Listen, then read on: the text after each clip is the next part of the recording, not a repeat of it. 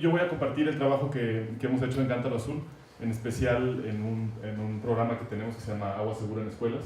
Pero antes de eso quiero platicar un poco sobre la experiencia y cómo hemos ido aprendiendo más sobre el tema del agua, cuáles son los retos y qué cosas creemos que tienen que cambiar, que van más allá de nuestra organización. La siguiente, por favor. Bueno, como ya muchos de ustedes saben, pero quiero puntualizar un par de cosas. Existen aproximadamente 20 millones de personas en México que consumen agua contaminada, ya sea por microorganismos, por arsénico, por flúor o algún otro tipo de contaminante. Esto es en todo el país, en cualquier día de la semana sucede eso. Y uno de los primeros problemas que suceden es las enfermedades gastrointestinales, ¿no? Que en especial se concentran en comunidades rurales, y estas enfermedades gastrointestinales crean todo un ciclo de infección que va, o sea, además de la diarrea y de que en muchos casos pueden llevar a deshidratación, contribuyen a malnutrición y a un desarrollo físico y cognitivo pues, limitado. Y esto pues, afecta en gran parte cómo pueden desarrollarse pues, millones de personas, como decía, en especial en el contexto rural. Pero una cosa que ha sucedido también es que al no haber agua de buena calidad, se ha fomentado de manera directa e indirecta el consumo de bebidas altamente azucaradas, y eso ha creado pues, una contribución grande al problema de obesidad y diabetes. En muchas partes del mundo y en México se entendían como que este tipo de problemas iban a suceder en espacios y en geografías diferentes, ¿no? O sea, enfermedades gastrointestinales se ve como algo del pasado relacionado con la pobreza en comunidades marginadas, y la diabetes y la obesidad en zonas urbanas es una enfermedad que ya es, bueno, son padecimientos de salud ya muy serios en el presente, pero que van a seguir aumentando en el futuro, y más como en poblaciones afluentes. Pero un tema muy importante aquí en Chiapas es que convergen estos dos tipos de problemas, ¿no? Entonces, en comunidades rurales, como podemos ver ahí una foto de San Juan Cancún, existe, o sea, en la infancia los problemas gastrointestinales son muy graves, pero después, pasando eso, empiezan a suceder los problemas de diabetes y obesidad, y están creando pues un problema epidemiológico sin precedente en el mundo en general, y de mucha gravedad. Dentro de esto, o sea, ¿cómo llegamos a tener esa problemática?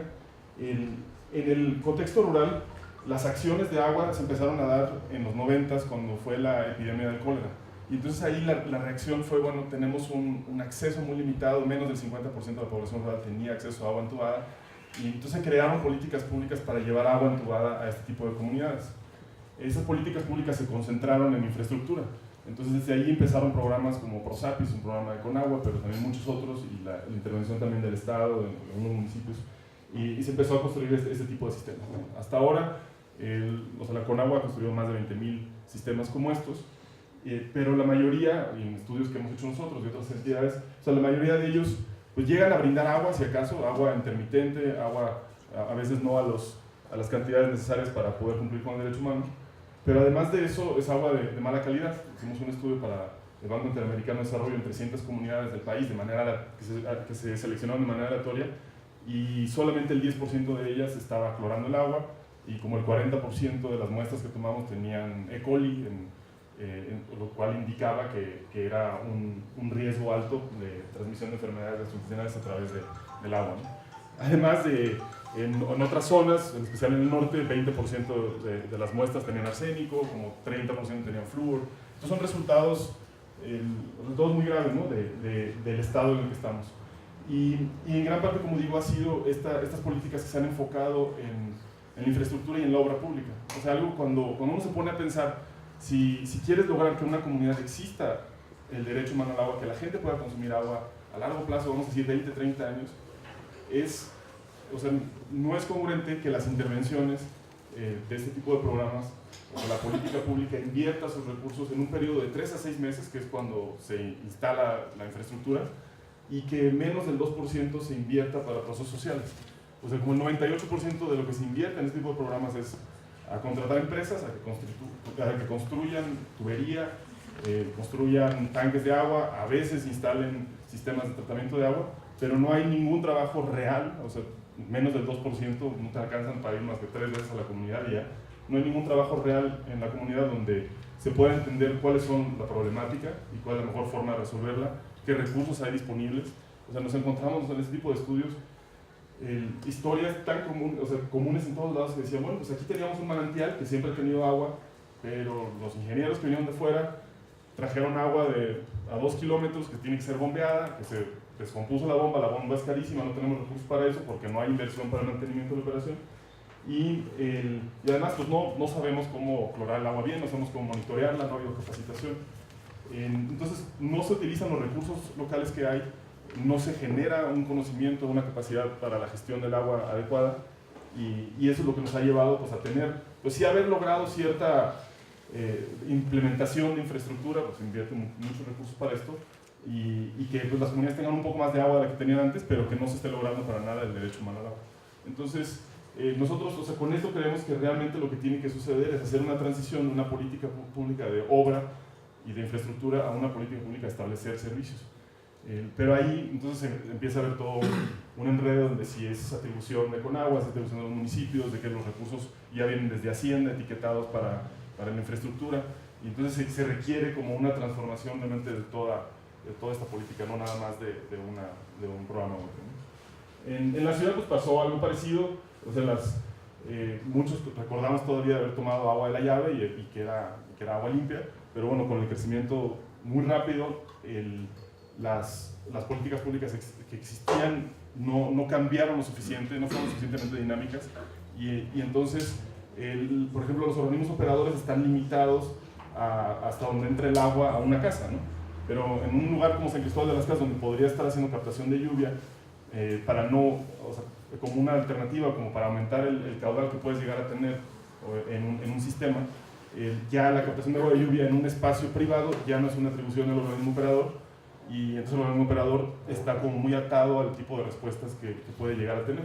Entonces realmente creemos que se tiene que cambiar el ecosistema en el que estamos, en el ecosistema también público, ¿no? O sea, con políticas públicas mucho más amplias, mucho más creativas también, que puedan extender las acciones que tengan, por un lado, entidades como la Conagua, y por otro lado también los organismos operadores.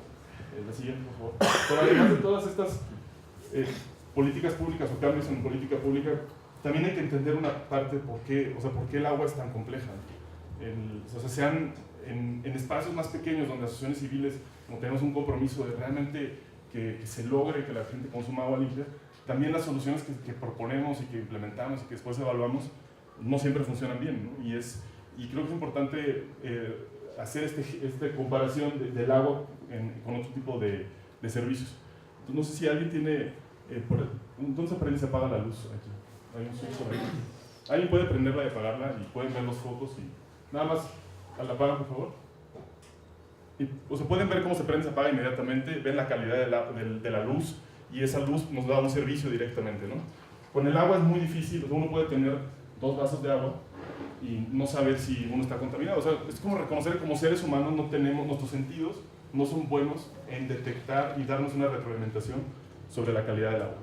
Y eso combinado con que también muchas de las enfermedades que se causan por el agua tienen un vínculo complejo con el agua. O sea, el agua no es la única que las causa. Y los resultados de eso no son inmediatos. O sea, con enfermedades gastrointestinales, yo puedo tomar un agua que haya estado en un charco con estiércol al lado y a lo mejor no me enfermo si no había microorganismos ahí patógenos para mí, o si yo ya tenía resistencia a ese tipo de microorganismos. Pero en otro caso puedo tomar un agua que parece muy limpia y pues no vi los virus, me la tomé y al día siguiente me puedo enfermar. Entonces, el no tener esa buena...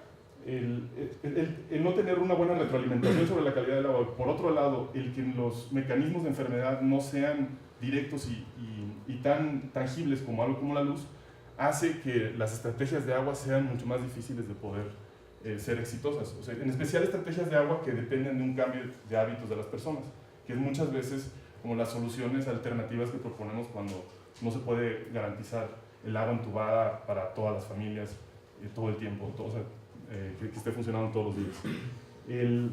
Comparo esto muchas veces con iniciativas que ha habido, como por ejemplo poner paneles solares en comunidades rurales. Pues han funcionado muy bien y la gente, o sea, otra vez, porque sabe, o sea, puede ver cuándo se prende y se apaga la luz, porque si tienes más luz puedes estudiar más y lo que estudiaste no se te olvida tan fácil, entonces puedes ganar beneficios de interacciones como mucho más claras que cuando hay intervenciones relacionadas con el agua. Entonces creo que es otra, además de pensar en las políticas públicas, también tenemos que contemplar como estos retos que tiene el agua para construir soluciones que sean mucho más efectivas. Además de que el agua, bueno, ha estado en nosotros en toda la historia del ser humano, entonces toca pues todas las dimensiones de nuestra vida, la dimensión política, cultural, económica, social. Entonces, otro reto que ha habido es el tratar de generar soluciones desde una sola perspectiva. Entonces, pueden ser muy efectivas en lograr desinfectar el agua, pero a lo mejor carecen mucho en otra de estas dimensiones, y eso hace que no sean tan fácilmente apropiadas en una comunidad. Entonces, creo que es importante reconocer que el agua es algo como muy complejo y no pensar en soluciones que sean nada más en una sola dimensión o que parezcan que van a ser de muy fácil apropiación. Así. Entonces, bueno, en Cántaro Sur lo que hemos tratado de hacer es generar equipos multidisciplinarios que puedan pensar en este tipo de dimensiones y generar soluciones en conjunto con la comunidad para saber cuáles son las cosas apropiadas, reconocer los valores que ya existen en la comunidad, los recursos, para poder crear también soluciones más integrales. Y la que me voy a enfocar ahorita es en el tema de escuelas. Entonces, la siguiente también. Hay una iniciativa para que 33,000 escuelas del país se puedan tener acceso a agua segura, y con eso se combatan enfermedades gastrointestinales, la diabetes y la obesidad. Y fue una iniciativa que parte, o sea, por un lado de los problemas, o sea, no surgió tanto esto pensando en las enfermedades, o sea, en malnutrición o enfermedades gastrointestinales, sino también más como en obesidad y diabetes. Y parte también de un censo que se hace y se documenta que de las 200,000 escuelas que hay en el país, la mitad más o menos no tienen baños y agua que estén funcionando. Entonces, desde ahí parece que está muy bien planteada, o sea, a través de la escuela, cómo se puede mejorar la salud de las niñas y los niños, ¿no? Tiene mucho sentido eso, y seleccionar al agua como un punto de partida que puedas afectar dos temas de salud muy importantes. El problema viene con toda esta inercia en enfocarse otra vez en la infraestructura. Entonces se asignan todos esos recursos al Instituto Nacional de Infraestructura Física Educativa, el INFED, y que es el que ha estado construyendo las aulas, que tiene la experiencia en construcción de las aulas en las escuelas. Entonces, se le asigna ese recurso para la infraestructura, y lo que se piensa es en un bebedero. Entonces, se crea este plan de bebederos para 33,000 escuelas. Ahorita están cerrando, justo se terminó la primera como emisión de este tipo de licitaciones, para los primeros 11,000 bebederos, están terminando con Chiapas. El enfoque fue, vamos a empezar con escuelas que ya tienen agua, porque es menos complejo, pues no hay una experiencia interna o institucional de cómo resolver este tipo de cosas. Y también piensan una estrategia empiezan con el norte, donde es relativamente menos complejo, y después ya vienen hacia el sur, ¿no? Pero bueno, si uno piensa en el bebedero, nos tocaba a nosotros escuchar muchos argumentos de, bueno, es que los niños en las comunidades rurales están tomando refrescos porque saben que el agua está contaminada. Y entonces o sea, las personas que están tomando decisiones y están determinando si se ejecuta un tipo de programa u otro, esa es como la concepción que tienen, ¿no? Y hay una distancia enorme de las realidades que existen en el campo y de dónde se toman este tipo de decisiones. Y pues bueno, los refrescos los tomamos y los toman las niñas y los niños porque tienen azúcar, es muy rico, porque las empresas como Coca-Cola están muy metidas también en este tipo de lugares. Y por ejemplo, muchas veces la expresión de modernidad es un refrigerador de Coca-Cola, ¿no? Donde es el que tiene electricidad, tiene lucecitas, está frío. Y entonces esperar que un bebedero pasivo que está ahí instalado de repente va a cambiar un hábito de consumo de bebidas azucaradas, pues no es, o sea, cuando uno ha estado en la escuela como no suena muy, no es una lógica muy fortalecida, ¿no? Entonces, a respuesta de esto, o sea, que en programas como estos que vemos, pues no van a llegar a las comunidades que más lo necesitan o a las escuelas que más lo necesitan porque no tienen agua, entonces no puedes instalar un bebedero nada más así. Y dos, si te enfocas en la instalación del bebedero, no vas a realmente cambiar los hábitos. Entonces, lo que hemos creado es un programa que tiene como 3 componentes, un programa que trata de ser integral, que busca tener 3 componentes, uno de infraestructura, donde exista la captación de agua de lluvia, entonces eso permita pues llegar a escuelas donde no hay agua entubada, pero también permite la captación de agua de lluvia estandarizar el tipo de agua que tienes. Entonces, un problema muy grande de este esquema de bebederos es que en el norte tienes problemas de arsénico, de flúor, y de otro tipo de contaminantes, y acá tienes más problemas bacterianos, entonces tienes que ir adaptando a las tecnologías. Y si quieres instalar 11,000 bebederos en un año, o menos de un año, pues es muy difícil hacer esa adaptación. Entonces la captación de agua de lluvia permite estandarizar un poco, por lo menos la parte técnica. Y entonces después de la infraestructura, la siguiente por favor, o sea, la infraestructura, además de poder tener esta captación de agua de lluvia, también lo que hemos tratado de hacer es crear una infraestructura que sea abierta, donde las niñas y los niños puedan participar, en algunos momentos de manera estructurada, o sea, puedan entrar al sistema, operarlo ellas mismas, y también pero verlo por fuera, ver cuáles son sus componentes, y entonces crear una historia diferente entre 2 vasos de agua, o entre el agua que sale de la manguera y que todos estábamos acostumbrados de chiquitos a tomar, y ibas a jugar el fútbol o algo así, luego ibas y te prendías a la manguera, ¿no? Entonces la diferencia entre la manguera y un bebedero no parece ser mucha para un niño o una niña, pero ya cuando ves por dónde pasó el agua, cómo pasó por todos estos procesos de tratamiento, creas una historia alrededor de ella, y entonces ya empiezas simbólicamente a distinguir entre un agua y otra. Y otra cosa también es pues, crear espacios lúdicos alrededor de estos sistemas, porque los bebederos muchas veces acaban siendo abandonados, o acaban siendo el lugar donde pues, van y se pelean, o el lugar donde no hay mucha actividad alrededor. Entonces hemos estado explorando con cosas como poner una bicicleta que tiene una bomba y donde creas un río, entonces con ese río van las niñas y niños juegan ahí, ponen barquitos o ponen piedras, entonces se vuelve un espacio donde quieres estar, y esa experiencia positiva que tienes alrededor la empiezas inconscientemente a trasladar a lo que sientes por el agua, ¿no? Entonces, así como cuando ves un anuncio de Coca-Cola cuando gana la selección mexicana y inconscientemente transmites ese valor a ese producto, la idea también aquí es a un hábito de consumo de agua segura poder generar un espacio positivo alrededor de él. Entonces, son cosas que estamos haciendo alrededor de infraestructura. Obviamente hay distintos tamaños de escuelas, entonces también es como pensar en cómo replicas esto en una escuela donde van 10 niños y cómo replicas esto también en una escuela donde hay 1000 estudiantes, ¿no? La siguiente, por favor. Después de esto, pues en especial, como no estás controlando todas las fuentes de agua y también en el hogar las niñas y niños van a seguir estando expuestos a agua contaminada, pues hay un componente muy importante de cambio de hábitos.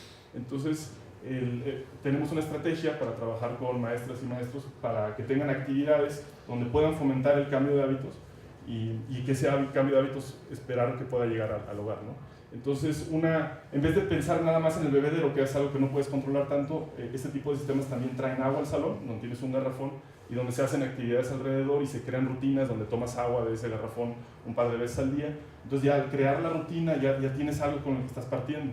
Y después hay una serie de herramientas pedagógicas que ayudan a fortalecer eso un poco. Y también estamos probando, eso es a nivel prueba, que si lleven que tengan una botella reusable y que puedan llevarse agua a su hogar y entonces experimentar, o sea, no podemos garantizar que siempre toman esa agua segura en el hogar, pero experimentar qué es tomar agua limpia en el hogar y platicar con tu mamá, tu papá, tus familiares, qué diferencia hay entre el agua limpia y entre el agua que está a veces no hervida en el hogar, ¿no? La siguiente, por favor.